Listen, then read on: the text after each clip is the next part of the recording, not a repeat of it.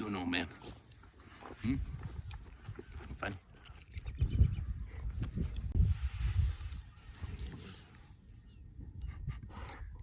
You always go for the biggest stick, don't you? Hey, Austin? Yeah, you and Jill? Yeah, bonded pair. Jilly.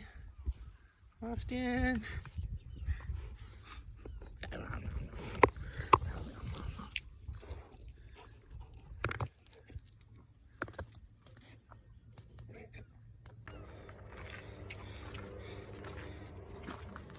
Hey friends, welcome to your Human Pet Ramble. Back at where it all began, Macaulay Point, the actual hill and summit here where I climbed using a cane, teaching myself to walk again, making a little video, being pretty proud of myself. Today, walking Austin, Jilly, Peaches, and my old man. We are enjoying the break in the drizzle from this morning, and hopefully it looks like it's going to maintain to be a beautiful day. Over yonder, you can see the sign behind it, the gate entrance I walked in through. I've already done a couple loops around and then come up through the tunnel there, and standing at the tip-top lookout area. The view is amazing. It's definitely a good walk with plenty of little trails. The only thing to really remember is they have, as you can see, most of the area is blocked off with signage so that we don't go in there with our dogs, which technically, if you look at the fence, would include what's right in front of me. But on the top, there is no signage stating so. So just to be aware not to let your furry friends run through the wildlife preservation areas, including all of these prickles. So, thing to note, that little field there, I often see dogs running around on, and it is outside of the path, which has fences.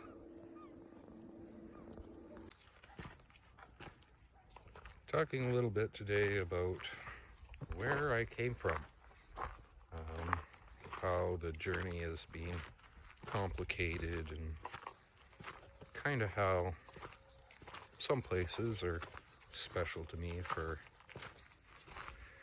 personal reasons relative to my personal growth and recovery. So let's just step into it, guys. When I say your Human Pet Services began at Macaulay Point or anything the like, it all began at Macaulay Point. This is where it all began. I'm actually referring to the fact that my first client and meet and greet business model all came together right here. The story about your Human Pet Services beginning is much like what began the One Love community, a single comment, and through that came a plan to both provide a service that was needed and gave me purpose, but also the needed income to survive in the ever-changing world we call, based on a capitalist economy. I left a comment on someone's post on Facebook. Katie, client, Sadie's mom. Sadie's my first client, and she was asking for help because she's going back to work after the whole COVID thing. Needed someone she could trust to come over and take care of her Sadie, her fur baby. And I was only really able to do like an hour uptime after surgery, and was required to figure out how to get Jerry out during that time, as well as many other things. So doing my best to merge several problems into one solution, I started working on socializing Jerry with Katie's dog, Sadie, to then be able to walk them together. And generally, I would say if it wasn't for the support and encouragement my first client actually provided me, I'm not sure that I would have taken the leap and actually turned it into my own business and taken more of a invested approach to it versus just being a dog walker, but actually turning it into a career. As Katie herself said, the universe works in mysterious ways. And I can definitely say, Katie, if it wasn't for you, I probably would be back into the 9 to 5 now that I'm up and motivated and most likely hating my life again. Rather than hating my life, I get to enjoy it. Sure, I stare at dog bums all day and pick up poop, but I'm outside and it's pure joy that you get to witness taking them out to the park and all the various misbehaviors.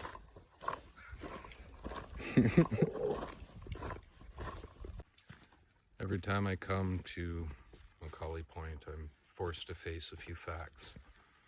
And one of those is that I couldn't walk. 2 is that I now can. And 3 is the symptoms that I'm still left with. Although being able to achieve all the goals I set ahead of myself. So, in many ways, when I walk around, it's actually feeling as if it is a celebratory walk, but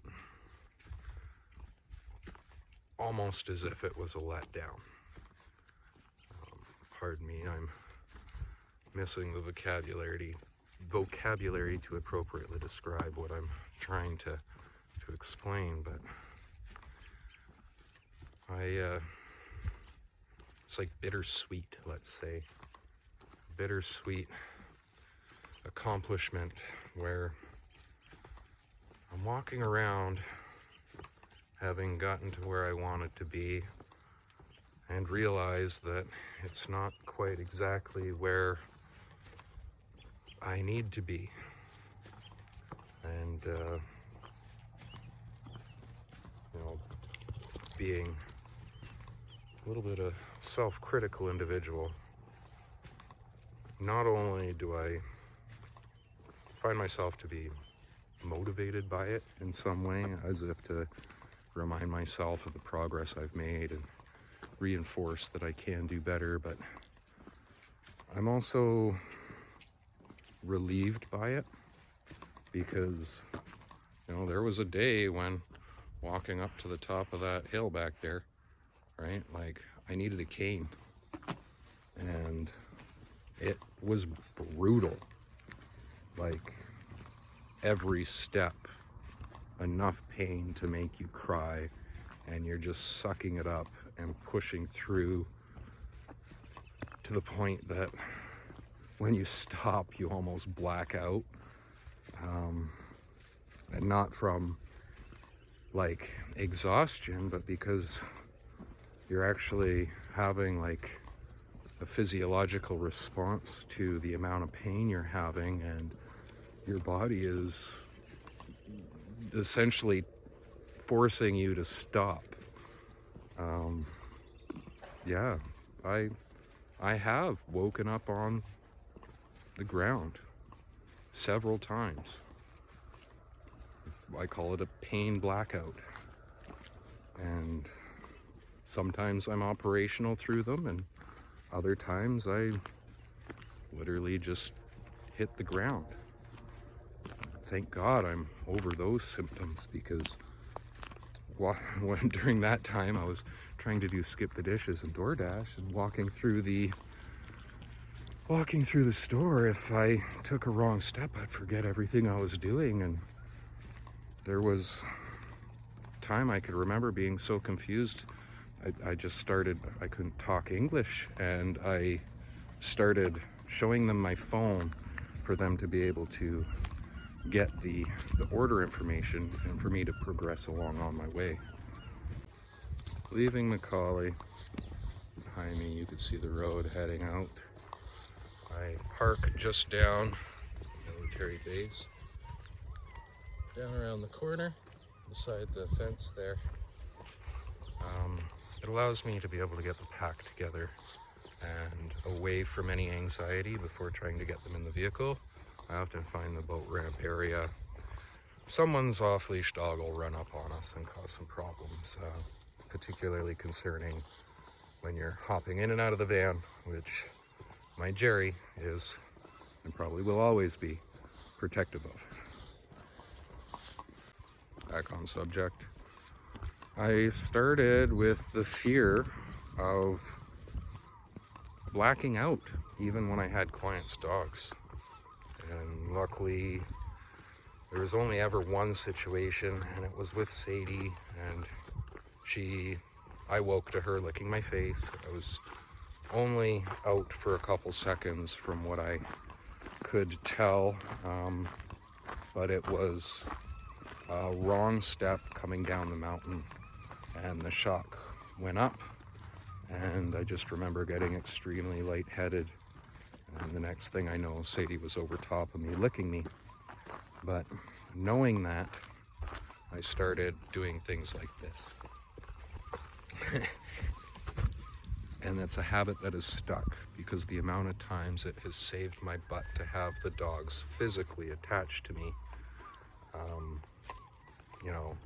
not for my sake alone, but for their sake, saves me from worry, saves me from any potential injuries and lawsuits and the like, but protects them, and it actually creates a different relationship when the leash isn't directly in my hand. Brings you back to that intuitive communication and dogs understanding expectation versus requiring regular instruction to maintain the right behavior. Good girl, Peach. You stay. Austin, chill. Hop in. In. Good. Good job, you two. All right, Jerry. Shotgun. Shotgun. Yeah. Come on, Grumpy. You take your shotgun. Get in there. Get in there. Shotgun. Good.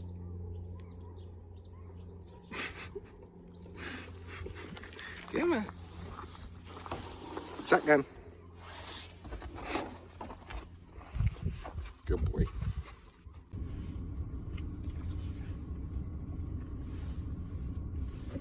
Well, that's it for today's video, guys. Day 2, me trying to get back into vlogging and keeping it relative to my business.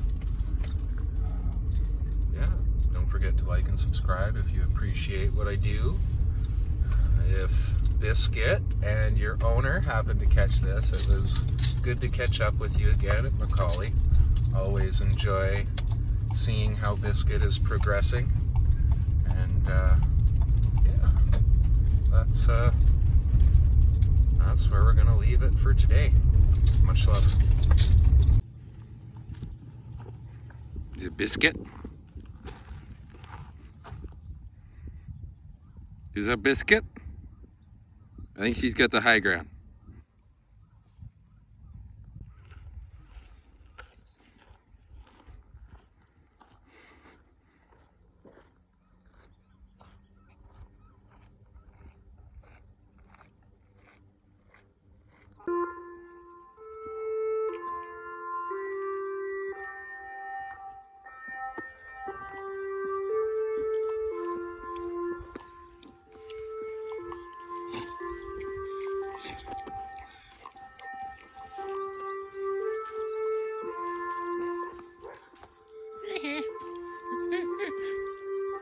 Come on, Peach.